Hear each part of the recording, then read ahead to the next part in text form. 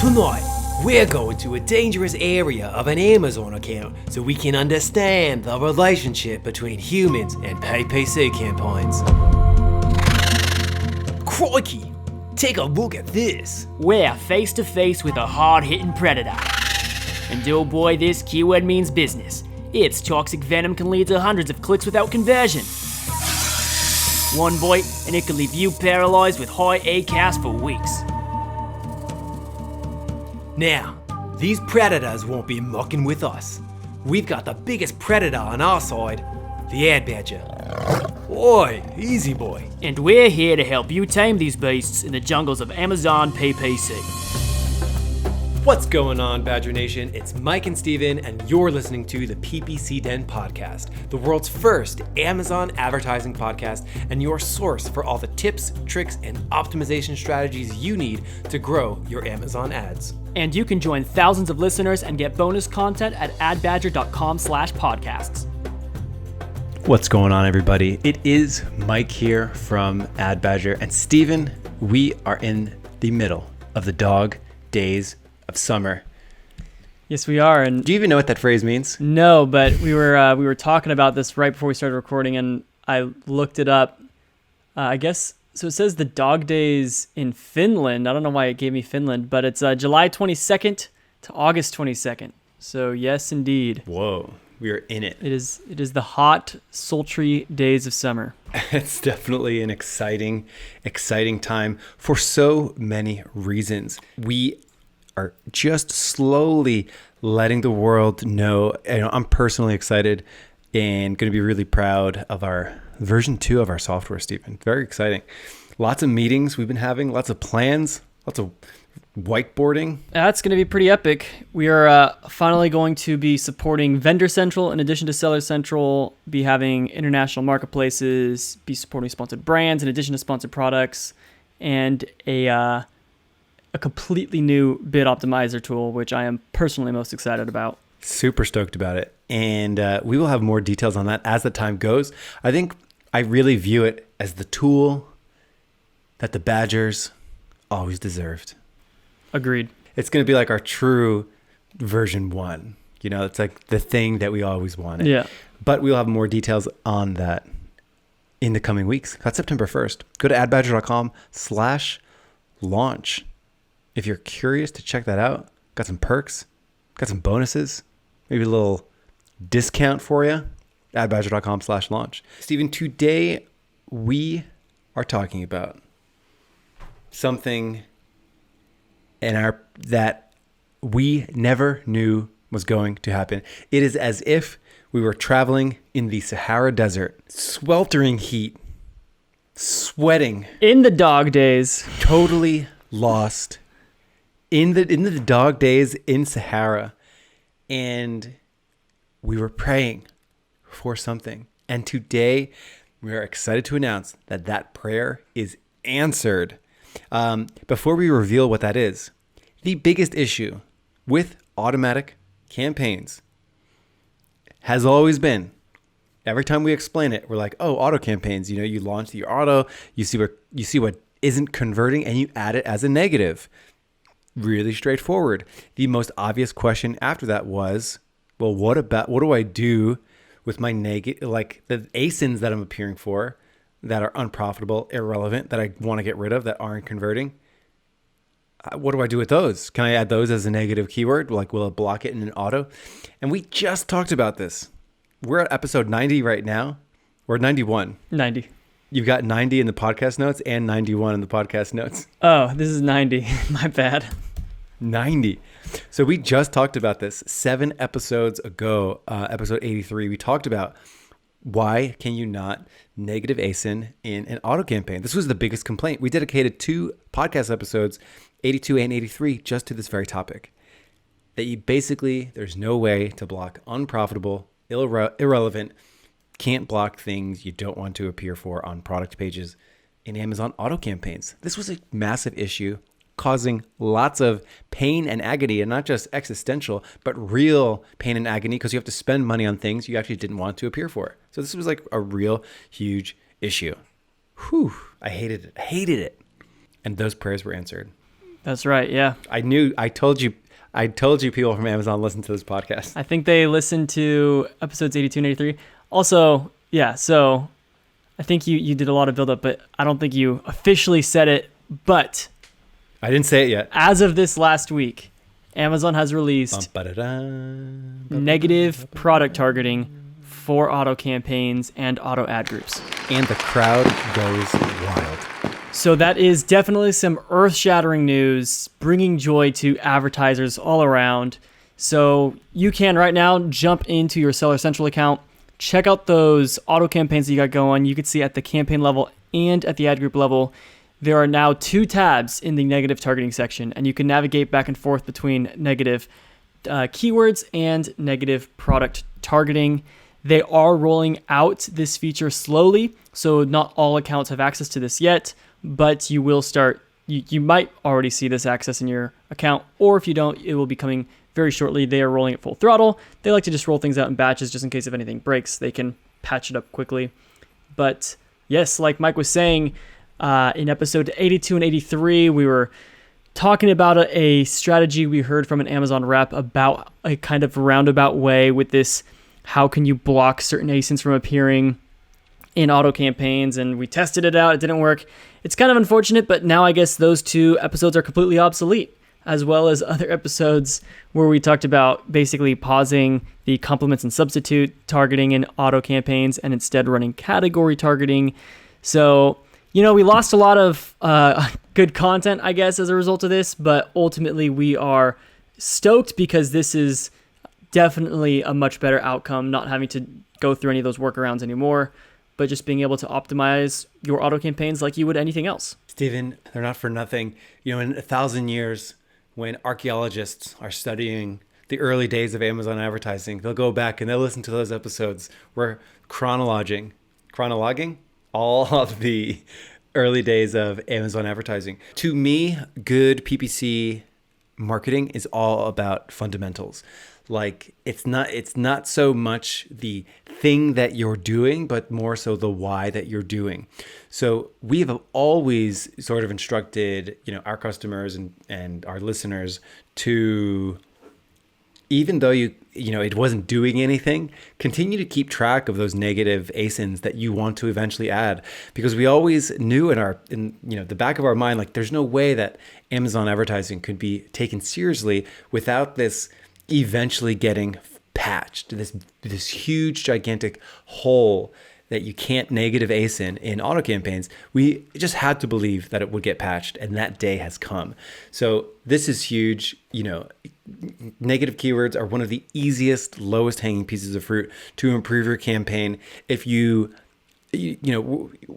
so the big part of this episode is the announcement. You should go and you should do it. You should check if you have that opportunity, and you should go and drop in some negative ASINs that aren't converting for you in your autos. So that's the big part, just a reminder. And for those of you that, are maybe new to the show or new to your auto campaigns, just FYI, negative keywords are going to improve your conversion rate because you're going to be able to block things that don't convert. It's going to improve your click-through rate because you're going to be able to get rid of things that generate loads of impressions, barely any clicks, and no conversions. And it's going to help you improve your total ACoS because it's going to allow you to block things that are spending a lot of money but aren't converting at all. So negative keywords boost your CTR, your click-through rate, they boost your CVR, your conversion rate, and they help improve your ACoS, i.e. lowering your ACoS by getting rid of things that spend money but that don't convert. So to me, it's an absolute no-brainer. It's one of the easiest things in all of PPC advertising to do, which is run negative keywords. And I think the evolution of this term is going to evolve, Stephen. I'm curious on your thoughts too. The whole concept of a negative keyword, negative product target, negative ASIN, all of these things. I'm starting to sort of throw these my vernacular is evolving. I'm sort of just saying negative targets to encompass everything that you are blocking. I'm starting to just say targets to encompass everything that you are going out there and targeting, like a keyword or a product attribute target. You think that'll catch on? Well, I don't want to burst your bubble, but that is Amazon's. Give it to me. That's Amazon's terminology that they use. So I think that's why you're starting to I didn't think of it. I feel like a musician that like creates a song, but really they were thinking of another song. Yeah. So in their ad groups, you'll have a targeting tab, and then you'll have a negative targeting tab, and then you can have negative keyword targeting. So Amazon has just been calling it targeting. However, I would say, as far as advertisers and sellers go, not everybody is starting to call them targets. So yes, we have internally started to call it targeting, as Amazon has started to do that, but there's still a lot of people who don't do that. In fact, when I was Googling earlier just to see on this podcast what kind of content was covered on it so far, so I Googled negative ASIN targeting, Amazon PPC, and one of the top results, well, number one is Ad Badger. Number two is a question posted on Seller Central, and someone said, this is how they asked the question. They said, can you set an ASIN as a negative keyword in PPC? So yeah, there's still definitely people who, because keyword, keyword is generally just, because I guess Amazon's also the first one to actually have product targeting, right? Because you don't have product targeting in Google ads or anything. You target keywords. So yeah, Amazon is the first to introduce product targeting, and so that's why we are kind of switching over the terminology to just saying targeting your targets, your target bids, your negative targets. So this is all encompassing. Right. Yeah, exactly. So, again, if you've been listening to the show for the last 89 episodes, hopefully you know how to do this. And this is, the goal of every show is to give you something so that you can immediately turn off the episode when it's done, not now, when it's done, and go to your campaigns and actually do something. So this is the thing to do. And that's sort of our watermark for if it was a good, successful episode. So I feel like we've got that. And just in case, you're relatively new to this, the way that you will do this is basically as you are running your auto campaign, you will go and download a search term report. That search term report, which is another term that needs to be updated, really. But your search term report will just show you. That's true. Yeah, the ASINs come in the search term column. Right. The ASINs show up in the search term column. So that search term report will show you all of the ASINs you have been appearing for in your, that were triggered by your auto campaign. You'll go in and you'll look through there for any ASINs that are misbehaving, and you will add them as a negative product target, thus blocking them, thus getting a better click-through rate, better conversion rate, and a better ACoS. And the question that always comes from that, Stephen, is what should I be blocking? When is something bad enough to be blocked? What are your thoughts on that? So it always varies from seller to seller. Some people will have just hard and fast rules, if it spends over, or if it gets over 20 clicks, 30 clicks, no sales, block it. What I think is a much better idea is to go off of your industry average conversion rates, or even better yet, your own conversion rates. So what I mean by that is, if you have let's just say you have a very expensive item that, it's an extremely expensive product, really competitive space, your product sells for $1,000 or something, and you average a 1% conversion rate. That means on average, it's going to take 100 clicks to get a sale. So you don't want to block anything once you get 20 or 30 clicks. What you do want to do is block anything that hasn't converted around the time when it should convert based on your average conversion rate, and something that's worse than that. So let's use different numbers here. Because the average conversion rate on Amazon is about 10%, that means around every 10 clicks, you should be getting a sale. So if something is around 20 or 30 clicks and you still haven't gotten a sale, that means you're averaging, 2 to 3 times worse than you're trending towards 2 to 3 times worse than your average conversion rate. So in that case, 20 to 30 clicks is good. So to summarize my point here, understand your average conversion rate, and then take that click threshold and double it or triple it. And so if you normally convert on 100 clicks, anything with 200 clicks, you're going to want to block. You want to give yourself a little bit more room for some lower converting items that are still converting. And yeah. Yeah. And that's generally the threshold. I'm a part of a friend's forum, and they had a conversation about Facebook ads, and the exact same thing. How long do you let something go until you stop it from going? How much do you spend on an ad, or how many clicks do you give an ad, or whatever, until you pull the plug on it and create some new kind of iteration of your Facebook ad. Same thing applies here. How often should you let something appear, get clicks, spend money before you pull the plug on it. And generally, the best practice, and really for any platform, is going to be about 2 to 3 times whatever it should have done. So just like you mentioned, if it's a 10% conversion rate, it should have converted once every 10 clicks. As soon as you get 2 times that, so that's 20 clicks or 30 clicks, you need to start paying attention. And you can kind of stack these too. So like maybe you might say, hey, if something had 20 clicks, but the clicks were insanely cheap, I'll let it go a little bit further. So then you might start doing these sort of additive rules. So over maybe 20 clicks, and it also has to spend over $20 in order for me to like really get rid of it. So you can do stacked rules like that. That's kind of neat too. But to keep it simple, basically everything with over 20 clicks without a conversion or over 30 clicks without a conversion could sort of get under that chopping block and make that decision. And then you can chop it away. Yeah. One final thing, and this is just a tip for you guys, especially people who, love Excel and feel comfortable with Excel sheets.